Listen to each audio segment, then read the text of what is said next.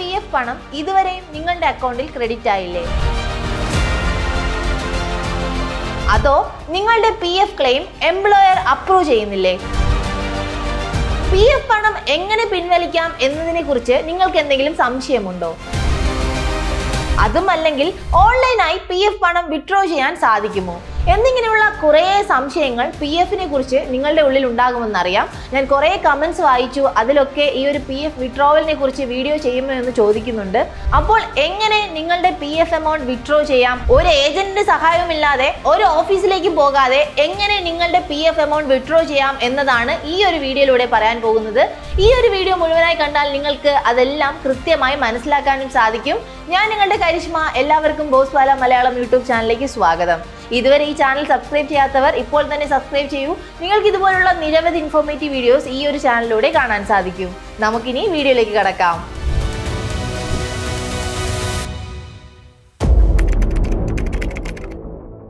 ഒരുപാട് ആളുകൾ എപ്പോഴും ചെയ്യുന്ന ഒരു വലിയ മിസ്റ്റേക്ക് ഉണ്ട്.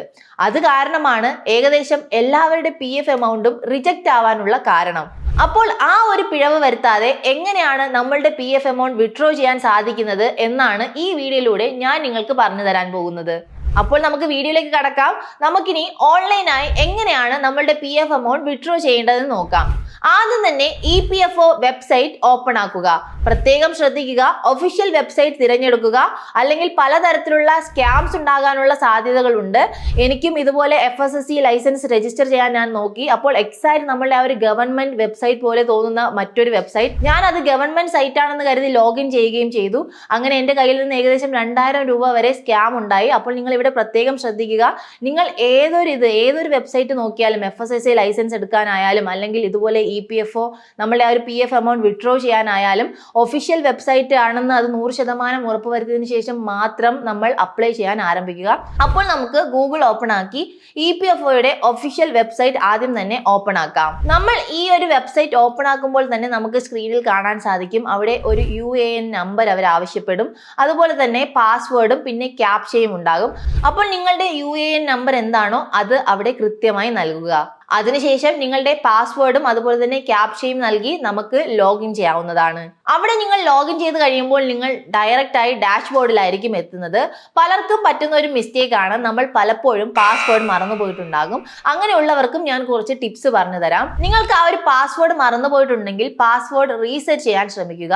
അപ്പോഴും നിങ്ങൾക്ക് സാധിച്ചില്ലെങ്കിൽ നിങ്ങളുടെ ആധാർ കാർഡുമായി ലിങ്ക് ചെയ്തിട്ടുള്ള ഫോൺ നമ്പറും അതുപോലെ തന്നെ UN-ലേക്ക് രജിസ്റ്റർ ചെയ്തിട്ടുള്ള ഫോൺ നമ്പറും ഒന്ന് തന്നെയാണെന്ന് ആദ്യം ചെക്ക് ചെയ്യുക. 2 നമ്പറും ഒന്നല്ലെങ്കിൽ പാസ്വേഡ് റീസെറ്റ് നടക്കില്ല. അപ്പോൾ നിങ്ങളുടെ പാസ്വേഡ് റീസെറ്റ് ചെയ്യാൻ കഴിഞ്ഞില്ലെങ്കിൽ ഇതായിരിക്കും പ്രശ്നം. അപ്പോൾ അതിനനുസരിച്ച് നിങ്ങൾ അപ്ലൈ ചെയ്യാൻ ശ്രദ്ധിക്കുക. ഇനി നമുക്ക് രണ്ടാമത്തെ സ്റ്റെപ്പിലേക്ക് കടക്കാം. നമ്മളുടെ KYC സ്റ്റാറ്റസ് പരിശോധിക്കുക എന്നതാണ് രണ്ടാമത്തെ സ്റ്റെപ്പ്. ഇത് വളരെ പ്രധാനപ്പെട്ട ഒരു സ്റ്റെപ്പാണ്. ഇതിൽ നിങ്ങളുടെ KYC പൂർണ്ണമായും വെരിഫൈഡ് ആയിരിക്കണം. ഞാൻ ഈ പറയാൻ പോകുന്ന 3 കാര്യങ്ങളും വെരിഫൈഡ് ആണോ എന്നും നിങ്ങൾ ചെക്ക് ചെയ്യേണ്ടതുണ്ട്. നിങ്ങളുടെ ആധാർ കാർഡ്, പാൻ കാർഡ് അതുപോലെ തന്നെ ബാങ്ക് അക്കൗണ്ട് ഡീറ്റെയിൽസ് എന്നിവയെല്ലാം വെരിഫൈഡ് ആണോ എന്ന് പ്രത്യേകം ചെക്ക് ചെയ്യുക. ഈ ഒരു സ്റ്റെപ്പിലാണ് പലർക്കും റിജക്ഷൻ സംഭവിക്കുന്നത്. അപ്പോൾ ഈ നൽകുന്ന ഡീറ്റെയിൽസ് ഒക്കെ വെരിഫൈഡ് ആണോ എന്ന് ചെക്ക് ചെയ്യേണ്ടത് വളരെ പ്രധാനപ്പെട്ട ഒരു ഘടകമാണ്. പലരിലും കണ്ടുവരുന്ന ഒരു പ്രധാനപ്പെട്ട ഒരു മിസ്റ്റേക്ക് ആണ്. ഇപ്പോൾ നിങ്ങളുടെ ആധാർ കാർഡിൽ നിങ്ങളുടെ പേര് രാഹുൽ KA എന്നായിരിക്കും, നിങ്ങളുടെ പാൻ കാർഡിൽ ചിലപ്പോൾ രാഹുൽ N എന്നായിരിക്കും. ഇങ്ങനെയുള്ള മിസ്റ്റേക്കുകളും റിജക്ഷൻ വരാനുള്ള ഒരു കാരണമാണ്. അതായത് നിങ്ങൾ നൽകിയിട്ടുള്ള Aadhaar card, PAN card, bank details എന്നിവയിലെല്ലാം വെരിഫൈ ചെയ്യുമ്പോൾ എല്ലാം കോമൺ ആയിരിക്കണം. അതിലെന്തെങ്കിലും വേരിയേഷൻ ഉണ്ടെങ്കിൽ നിങ്ങളുടെ PF ആപ്ലിക്കേഷൻ റിജക്ഷൻ ആകാനുള്ള സാധ്യതകൾ വളരെയേറെയാണ്. അപ്പോൾ ഈ 2 സ്റ്റെപ്പും പൂർണ്ണമായി നിങ്ങൾ പെർഫെക്റ്റ് ആയി ക്ലിയർ ചെയ്തിട്ടുണ്ടെങ്കിൽ മൂന്നാമത്തെ സ്റ്റെപ്പിലേക്ക് നമുക്ക് കടക്കാം. മൂന്നാമത്തെ സ്റ്റെപ്പാണ് ഓൺലൈൻ സർവീസ് എന്ന ഓപ്ഷനിലേക്ക് പോവുക. ആ ഒരു പേജിലെ ടോപ്പ് മെനുവിൽ ക്ലിക്ക് ചെയ്യുക. അവിടെ നമുക്ക് ഓൺലൈൻ സർവീസ് എന്നൊരു ഓപ്ഷൻ കാണാൻ സാധിക്കും. അവിടെ ക്ലിക്ക് ചെയ്യുക. അതിനുശേഷം ക്ലെയിം എന്ന ഭാഗം സെലക്ട് ചെയ്യുക. നിങ്ങൾ ഇവിടെ ശ്രദ്ധിക്കേണ്ട ഒരു കാര്യം, നിങ്ങൾ അവിടെയുള്ള ടേംസ് ആൻഡ് കണ്ടീഷൻ അതുപോലെ തന്നെ എല്ലാ കാര്യങ്ങളും നിങ്ങൾ സ്വന്തമായി ഒന്ന് അവലോകനം ചെയ്തതിന് ശേഷം മാത്രം സെലക്ട് ചെയ്യുക. കാരണം ഞാനൊരു ഫിനാൻഷ്യൽ അഡ്വൈസർ അല്ല, ഞാൻ നിങ്ങൾക്കൊരു എഡ്യൂക്കേഷൻ എന്ന രീതിയിലാണ് ഈ ഒരു വീഡിയോ ചെയ്യുന്നത്. അപ്പോൾ നിങ്ങൾ എല്ലാ കാര്യങ്ങളും സ്വന്തമായി വ്യക്തമായി മനസ്സിലാക്കാൻ ശ്രമിക്കുക. അതുപോലെ തന്നെ നിങ്ങൾക്ക് എന്തെങ്കിലും സംശയങ്ങൾ ഉണ്ടെങ്കിൽ ഫിനാൻഷ്യൽ അഡ്വൈസേഴ്സിന്റെ സജഷനും നിങ്ങൾക്ക് ചോദിക്കാവുന്നതാണ്. ചെയ്യുന്നതാണ്. ഇതൊരു എഡ്യൂക്കേഷണൽ പർപ്പസിന് വേണ്ടി ഞാൻ ചെയ്യുന്ന ഒരു വീഡിയോ ആണ്. അപ്പോൾ നമുക്ക് അടുത്ത സ്റ്റെപ്പിലേക്ക് കടക്കാം. ക്ലെയിം എന്ന ഭാഗം ക്ലിക്ക് ചെയ്തതിന് ശേഷമാണ് നമ്മളുടെ പൂർണ്ണമായ PF വിഡ്രോവൽ പ്രോസസ് ആരംഭിക്കുന്നത്. നാലാമത്തെ സ്റ്റെപ്പാണ് ബാങ്ക് അക്കൗണ്ട് കൺഫർമേഷൻ. അതെങ്ങനെയാണ് ചെയ്യേണ്ടതെന്ന് നമുക്ക് നോക്കാം. നമ്മൾ ആ ഒരു ഭാഗത്തേക്ക് പോകുമ്പോൾ EPFO ഓട്ടോമാറ്റിക്കലി KYC അപ്രൂവ് ചെയ്ത ബാങ്ക് ഡീറ്റെയിൽസ് കാണിക്കുന്നു. അതിനുശേഷം ബാങ്ക് അക്കൗണ്ടിന്റെ അവസാനത്തെ 4 ഡിജിറ്റ് വ്യക്തമായി പരിശോധിക്കുക.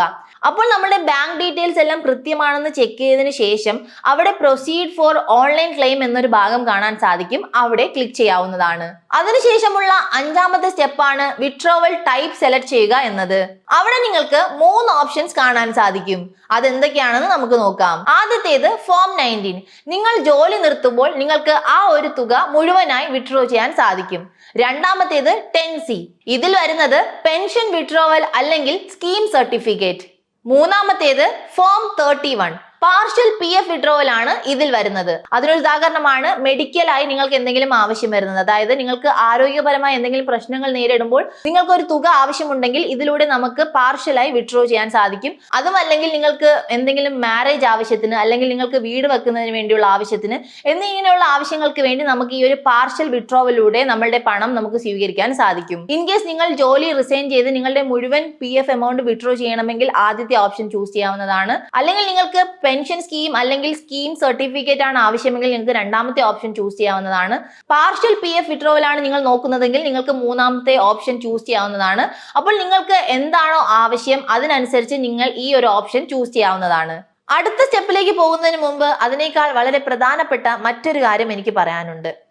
നമ്മളുടെ ജീവിതത്തിൽ നമുക്ക് എന്തെങ്കിലും സംഭവിച്ചാൽ നാളെ നമ്മളുടെ കുടുംബത്തിന് എന്ത് സംഭവിക്കും? നിങ്ങൾ ഒരു ലൈഫ് ഇൻഷുറൻസ് എടുത്തിട്ടുണ്ടെങ്കിൽ അത് നിങ്ങളുടെ കുടുംബത്തിന് ഒരു സപ്പോർട്ട് ആയിരിക്കും. നിങ്ങൾ ഒരു ലൈഫ് ഇൻഷുറൻസ് എടുക്കാൻ ആഗ്രഹിക്കുന്നുണ്ടെങ്കിൽ ആക്സിസ് മാക്സ് ലൈഫ് ഇൻഷുറൻസ് ഒരു ബെസ്റ്റ് ഓപ്ഷൻ ആണ്. ഇൻകം ടാക്സ് ആക്ടിലെ സെക്ഷൻ 80C ആൻഡ് 80D പ്രകാരം നിങ്ങൾക്ക് 54,600 രൂപ വരെ നികുതി ലാഭം നേടാൻ സാധിക്കുന്നു. മാസം തോറും വെറും 578 രൂപ നൽകുകയാണെങ്കിൽ 1 കോടി രൂപ വരെ ഇൻഷുറൻസ് കവറേജ് നിങ്ങൾക്ക് നേടാൻ സാധിക്കും. അതുപോലെ തന്നെ 99.07% ക്ലെയിം സെറ്റിൽമെന്റ് റേഷ്യോ, 64 ഗുരുതര രോഗങ്ങൾ വരെ കവർ ചെയ്യുന്നു. അതുമാത്രമല്ല 3 മണിക്കൂറിനുള്ളിൽ ക്ലെയിം സെറ്റിൽമെന്റും നേടാൻ സാധിക്കും. പിന്നെ മറ്റൊരു പ്രധാന സവിശേഷത എടുത്തു പറയാൻ സാധിക്കുന്നത് ആദ്യ വർഷത്തിൽ 15% ഡിസ്കൗണ്ടും നേടാൻ സാധിക്കും. അപ്പോൾ നിങ്ങൾ ഒരു ലൈഫ് ഇൻഷുറൻസ് എടുക്കാൻ പ്ലാൻ ചെയ്യുന്നുണ്ടെങ്കിൽ ആക്സിസ് മാക്സ് ലൈഫ് ഇൻഷുറൻസ് ഒരു ബെസ്റ്റ് ഓപ്ഷൻ ആണ്. താഴെ ഡിസ്ക്രിപ്ഷനിൽ ഞാൻ ലിങ്ക് നൽകിയിട്ടുണ്ട്. ആ ഒരു ലിങ്ക് ക്ലിക്ക് ചെയ്ത് നിങ്ങൾക്ക് ഇതിൽ അപ്ലൈ ചെയ്യാവുന്നതാണ്. നമുക്കിനി വീഡിയോയിലേക്ക് കടക്കാം. അതിനുശേഷമുള്ള 6ാമത്തെ ഓപ്ഷൻ ആണ് റീസൺ സെലക്ട് ചെയ്യുക. അതിനോടൊപ്പം തന്നെ നമ്മളുടെ ഡോക്യുമെന്റ് അപ്ലോഡ് ചെയ്യുക. ഇൻ കേസ് നിങ്ങൾ പാർഷ്യൽ വിഡ്രോവൽ ആണ് ചെയ്യുന്നതെങ്കിൽ എങ്ങനെയാണ് ഈ ഒരു ആപ്ലിക്കേഷൻ അപ്ലൈ ചെയ്യേണ്ടതെന്ന് നമുക്ക് നോക്കാം. പാർഷ്യൽ വിഡ്രോവൽ ആണെങ്കിൽ ഞാൻ ഓൾറെഡി പറഞ്ഞു നമ്മൾ എന്തിനു വേണ്ടിയാണ് ഈ ഒരു തുക പിൻവലിക്കുന്നത് എന്നതിന്റെ റീസൺ നൽകേണ്ടതുണ്ട്. ചില കാറ്റഗറികളിൽ നമുക്ക് ഡോക്യുമെന്റ്സ് ഒന്നും നൽകേണ്ടതില്ല. പക്ഷെ ചില കാറ്റഗറികളിൽ നമ്മൾ ഡോക്യുമെന്റ്സ് നൽകേണ്ടി വരും. അപ്പോൾ നിങ്ങൾ ഏത് ഓപ്ഷൻ ആണോ ചൂസ് ചെയ്തത് അതനുസരിച്ച് ഡോക്യുമെന്റ്സ് വേണോ ഇല്ലയോ എന്നത് നിങ്ങൾക്ക് ഐഡന്റിഫൈ ചെയ്യാൻ സാധിക്കും. എന്തെങ്കിലും മെഡിക്കൽ ഇഷ്യൂ ആണെങ്കിൽ മിക്കപ്പോഴും നമ്മൾ ഡോക്യുമെന്റ്സ് നൽകേണ്ട ആവശ്യം വരാറില്ല. ഇപ്പോൾ ഞാൻ പാർഷ്യൽ വിഡ്രോവൽ എങ്ങനെ അപ്ലൈ ചെയ്യും എന്നാണ് പറഞ്ഞത്. ഇതുപോലെ നിങ്ങൾക്ക് ഏത് ഓപ്ഷൻ ആണോ വേണ്ടത് അതനുസരിച്ച് നിങ്ങൾക്ക് അപ്ലൈ ചെയ്യാവുന്നതാണ്.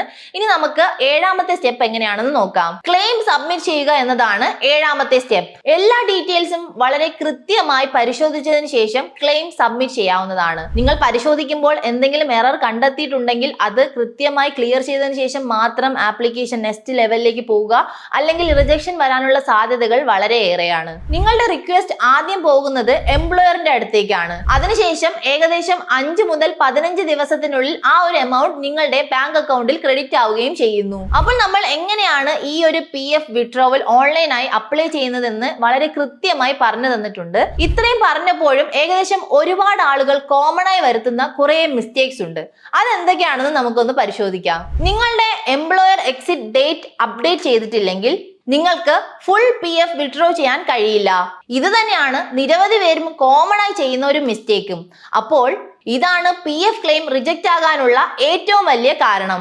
ഇൻ കേസ് നിങ്ങളുടെ എക്സിറ്റ് ഡേറ്റ് റോങ് ആണെങ്കിൽ അല്ലെങ്കിൽ അപ്ഡേറ്റ് ചെയ്തിട്ടില്ലെങ്കിൽ നിങ്ങൾ ഏത് കമ്പനിയിലാണോ വർക്ക് ചെയ്തത് ആ ഒരു കമ്പനിയിലെ HR ഡിപ്പാർട്ട്മെന്റിനെ കോൺടാക്ട് ചെയ്ത് നിങ്ങളുടെ എക്സിറ്റ് ഡേറ്റ് അപ്ഡേറ്റ് ചെയ്യാൻ അവരോട് ആവശ്യപ്പെടുക. അതിനുശേഷം നിങ്ങൾക്ക് ഈ ഒരു PF വിഡ്രോവൽ ആപ്ലിക്കേഷൻ കംപ്ലീറ്റ് ചെയ്യാവുന്നതാണ്. അപ്പോൾ നിങ്ങൾക്ക് ഈ ഒരു വീഡിയോയിലൂടെ എങ്ങനെയാണ് PF എമൗണ്ട് ഓൺലൈനായി വിഡ്രോ ചെയ്യുന്നതെന്ന് മനസ്സിലായെന്ന് ഞാൻ കരുതുന്നു. ഓരോ സ്റ്റെപ്പും ഞാൻ വളരെ ഡീറ്റെയിൽ ആയി എക്സ്പ്ലെയിൻ ചെയ്തിട്ടുണ്ട്. ഇനിയും നിങ്ങൾക്ക് എന്തെങ്കിലും സംശയങ്ങൾ ഉണ്ടെങ്കിൽ താഴെ കമന്റ് ബോക്സിൽ പറയാവുന്നതാണ്. നമുക്ക് അതൊക്കെ ക്ലിയർ ചെയ്യാം. അതുമല്ലെങ്കിൽ നിങ്ങൾക്ക് ഏതെങ്കിലും ഒരു ടോപ്പിക്കിനെ കുറിച്ച് കൂടുതലായി പഠിക്കണമെന്ന് ആഗ്രഹമുണ്ടെങ്കിൽ അതും മെൻഷൻ ചെയ്യാവുന്നതാണ്. നമുക്ക് അതിനെക്കുറിച്ചും വീഡിയോസ് ചെയ്യാവുന്നതാണ്. അപ്പോൾ ബോസ്വാല മലയാളം യൂട്യൂബ് ചാനൽ സബ്സ്ക്രൈബ് ചെയ്യാനും മറക്കണ്ട. Bosswala. Be the boss.